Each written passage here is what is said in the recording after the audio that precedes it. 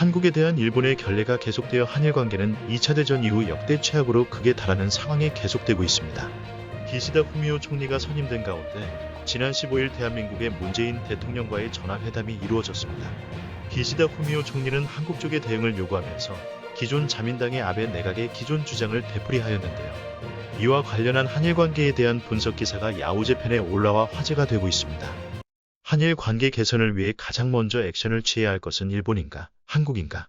11일 한국 여론조사기관인 리얼미터의 조사 결과에 따르면 기시다 후미오 내각 출범에 따른 향후 한일 관계에 대해 일본 정부가 먼저 태도를 바꿔야 한다는 응답이 58.4%에 이르렀다.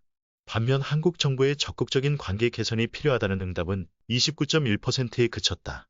조사는 8일 전국의 18세 이상 500명을 대상으로 이뤄졌다. 상당수 연령층에서 일본 정부가 먼저 태도를 바꿔야 한다는 응답이 많았지만 70대 이상에서는 한국 정부의 적극적인 관계 개선이 필요 40.2%와 일본 정부가 먼저 태도를 바꿔야 한다 40.9%가 팽팽히 맞선 것으로 나타났다. 그런 가운데 교도통신에 따르면 기시다 총리는 13일 참여원 본회의 대표 질문에서 징용공 소송 문제에 관해 언급하며 한일 간 건전한 관계로 되돌릴 수 있는 해결책을 한국 측이 조기에 제시하도록 강력히 요구하겠다고 말했다. 또 기시다 총리는 악화된 한일 관계의 현 상황에 대해 이대로는 방치할 수 없다고 말했다고 한다. 일본에서 새 정부가 출범해도 여전히 한일 간의 견해는 평행선에 머물러 있음을 엿볼 수 있다. 이런 가운데 국내 지식인들 사이에서는 한국 측에서 액션을 일으켜야 한다는 지적도 나오고 있다. 한국 내에서 한일 관계 전문가들이 모여 기시다 정권과 한일 관계를 주제로 열린 8일의 한일비전 포럼 얘기다. 연합뉴스에 의하면 출석한 신각수 전 주일 대사는 한국이 양국 간의 현안의 해결의 의사를 보이면 일본도 협력할 가능성이 있다고 지적.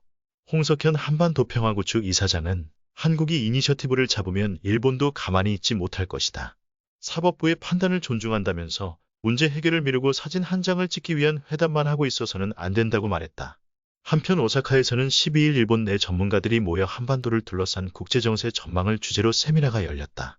비교정치학이나 한반도 지역 연구 등을 전문인 코베 대학의 기무라 미키 교수는 우선은 신형 코로나 바이러스가 퍼지기 전인 한일 양국 간에 연간 1,000만 명이 왕래했던 시기의 상황을 되돌리지 않으면 안 된다. 이것이 관계 개선의 시작이라고 말했다. 그런 가운데 4일 기시다 총리가 취임한 지 벌써 일주일이 지났는데도 여전히 문재인 대통령과의 전화통화가 이루어지지 않고 있다. 기시다 총리는 취임 후 조 바이든 미국 대통령, 모리슨 호주 총리, 블라디미르 푸틴 러시아 대통령, 모디 인도 총리, 시진핑 중국 국가주석 등과 통화했다. 그러나 문 대통령과는 전화통화가 안 돼 일본 외교 우선순위에서 한국이 밀린 것으로 알려졌다. 청와대 고위 관계자가 두 정상의 전화통화에 대해 일정을 조율 중이라고 밝혀 두 정상의 통화회담도 멀지 않은 것으로 보인다. 기시다 총리는 취임 8일 후 9일째 문 대통령과 전화통화를 했다. 아시아의 지혜가 담긴 고사성어에 가리천정이라는 말이 있다. 일본 속담에 의하면 말라서 우물 판다는 의미로 황급히 준비해도 소용없다는 뜻으로 쓰인다. 한국 속담은 목마른 자가 우물을 판다고 했다. 그러나 미묘하게도 뉘앙스가 다르다. 우리말로는 곤란한 자가 어쩔 수 없이 먼저 움직이다의 의미에 가깝다. 우리 식이라면 서둘러 빨리 전화통화를 합시다라고 말하는 사람은 어려운 약자 취급을 받는다. 즉, 사상의 자존심에서 서열적 우월을 느끼는 가운데 혹은 위안부 문제 등에서 도덕적 우월감의 마운트를 계속 부여하고 싶은 한 문 대통령이 전화통화를 먼저 했다는 인상을 결코 주지 않을 것이다. 이어서 야후재팬 기사에 올라온 일본 네티즌들의 댓글 반응 살펴보겠습니다.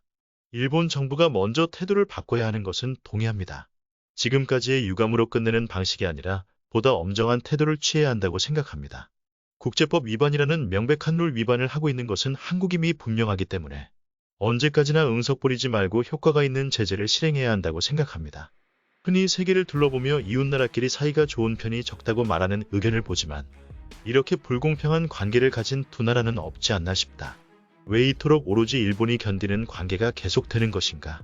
그렇게 생각했을 때 제1의 책임은 역시 정치에 있다. 지난 10년 사이에 한국에 대한 국민의식은 극적으로 변했다. 이제 그것을 정치에 반영해 나갈 때라고 생각한다.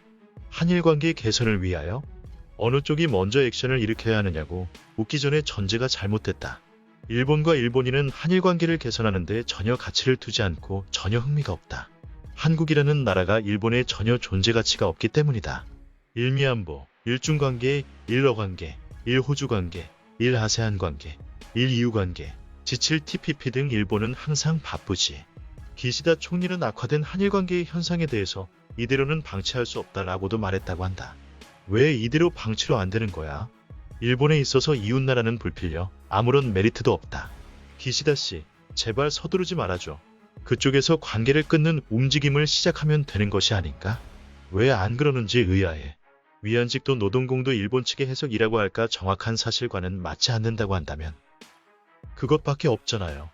한국의 만만한 얼굴은 금물.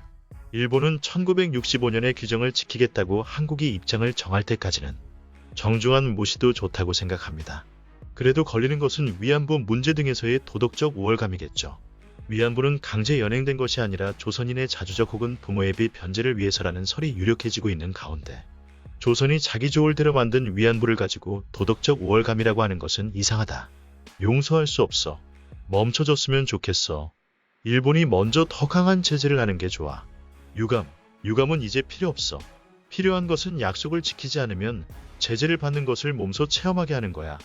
그리고 이 나라와는 단교를 향한 계획을 하고 실시를 하는 것. 최종적으로는 서로 관계되지 않는 상황 단교가 한일 관계의 바람직한 모습이라 생각해.